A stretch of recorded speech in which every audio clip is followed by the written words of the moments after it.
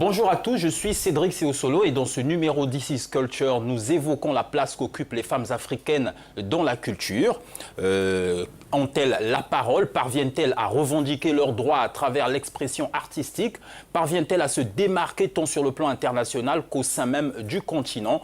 Autant de réponses à découvrir dans ce numéro. Pour commencer, plusieurs rendez-vous culturels ont eu lieu en ce début d'année. L'occasion pour les femmes de faire parler d'elles. Loin d'évoquer les figures emblématiques africaines comme Angélique Kidjo qui n'est plus à présenter, intéressons-nous à ces femmes qui émergent. Sur le plan international, quelques notes positives ont été enregistrées.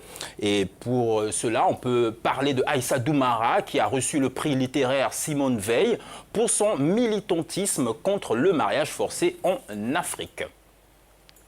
Le mannequin britannique d'origine ghanéenne Adoa Aboa, désormais activiste en faveur des femmes, a eu droit à sa poupée de ressemblance Barbie à l'occasion du 60e anniversaire de la fameuse poupée. Sur le plan continental, la peintre mauritanienne Ami Sow, qui utilise son travail artistique pour mettre fin à la violence contre les femmes, fait partie du classement des 100 Africains de l'année du magazine New African. Notons quand même que sur les 100 personnalités, il n'y a que 5 femmes. Pour tracer leur sillon, le chemin est long, comme on a pu le noter récemment dans le domaine du 7e art, au Burkina Faso, où se célébrait le 50e anniversaire du FESPACO. Seuls 4 films sur 20 longs métrages en compétition ont été réalisés par des femmes.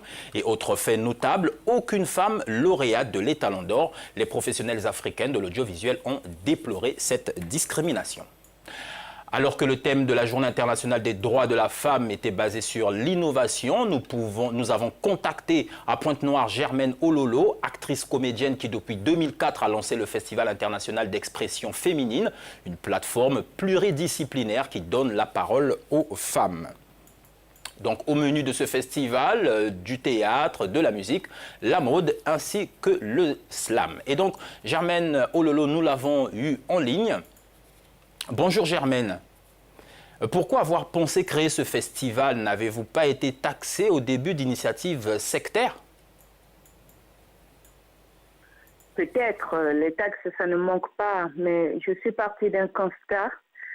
En tant qu'artiste praticienne, je m'étais aperçue qu'il y avait des femmes qui éprouvaient des difficultés à promouvoir leurs œuvres. Il y en avait d'autres aussi qui essayaient d'exceller, mais quelques années plus tard, elles abandonnaient. Et c'est surtout ces deux éléments-là qui m'ont conduit à vraiment mettre en place ce programme. Après tant d'éditions réalisées, avez-vous l'impression que le cri des femmes est désormais entendu?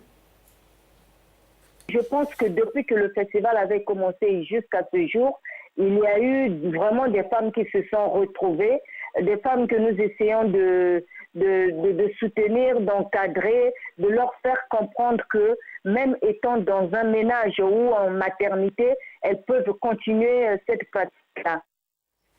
Certaines pensent être chosifiées, n'est-ce pas elles-mêmes qui prêtent le flanc?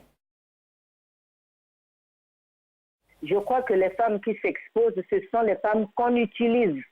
Des femmes qu'on utilise, des femmes qu'on pense que là, on peut les manipuler. Mais une femme leader, une femme artiste qui porte un idéal ne peut pas se faire chosifier tel qu'on les voit à travers les médias, à travers les cités.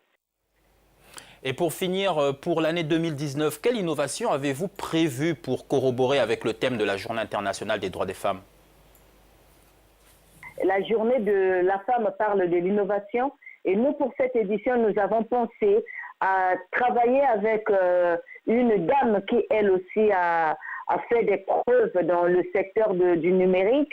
Donc, nous allons élaborer un partenariat avec cette dame-là de Africa Digital Academy qui travaille donc dans le numérique. On va faire en sorte que les femmes qui ont travaillé longtemps avec nous et qui se maintiennent obtiennent cette formation à travers la création des sites web.